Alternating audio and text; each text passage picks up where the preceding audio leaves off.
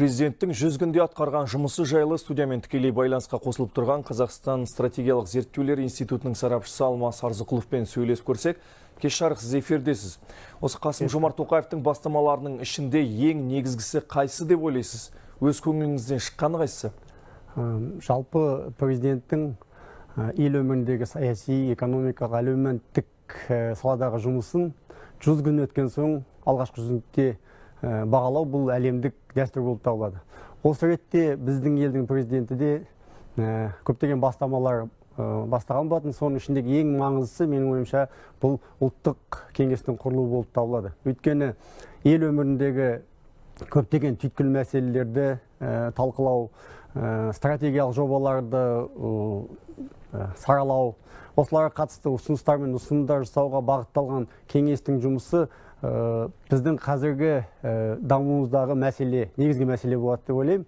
Өйткені бұл жерде жиналған көптеген жаңағы әр саланың мамандары, елге танымал азаматтар, қоғамдық қайраткерлер ел дамуының маңызды мәселелерін, әттеген-ай деген жерлерін дөп басып, өз ұсыныстарын, өз кеңестерін береді деп ойлаймын. Ел жұрттың ұсыныс пікіріне де ден қоюға да көңіл бөлініп отыр. Айта берсек, қолға алынып жатқан істер аз емес. Осы тарапта президент алдағы 100 күн немесе 1 жылда қандай нәтижелерге қол жеткізе алады деп сенесіз? Бұл жерде айта кетеміз, президенттің 2 қыркүйектегі жариялаған жолдауы өте мағыналы, мазмұнды болды деп ойлаймын. Соның ішінде жаңағы халықтың мұң-мұқтажын тыңдайтын мемлекет жаңағы идеясы.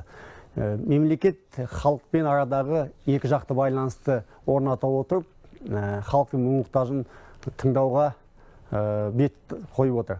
Осы ретте әрине көптеген мәселелер көтеріліп жатыр, жаңағы істелінетін істер.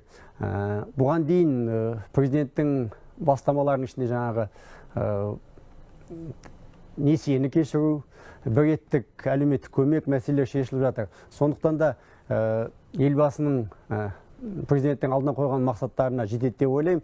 Әрине бұл тек қана президенттің ғана жұмысы емес, біз осы жолда жаңағы алдымызға қойған мақсатты баршамыз бірге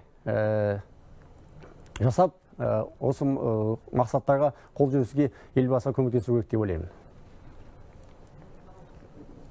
Рахмет, студиямен тікелей байланысқа шығып, сұрақтарымызға жауап бергеніңізге алғыс айтамыз. Құрметті көрермен, студиямен байланыста Алмас Арзықұлов болатын. Біз ары қарай жалғастырамыз.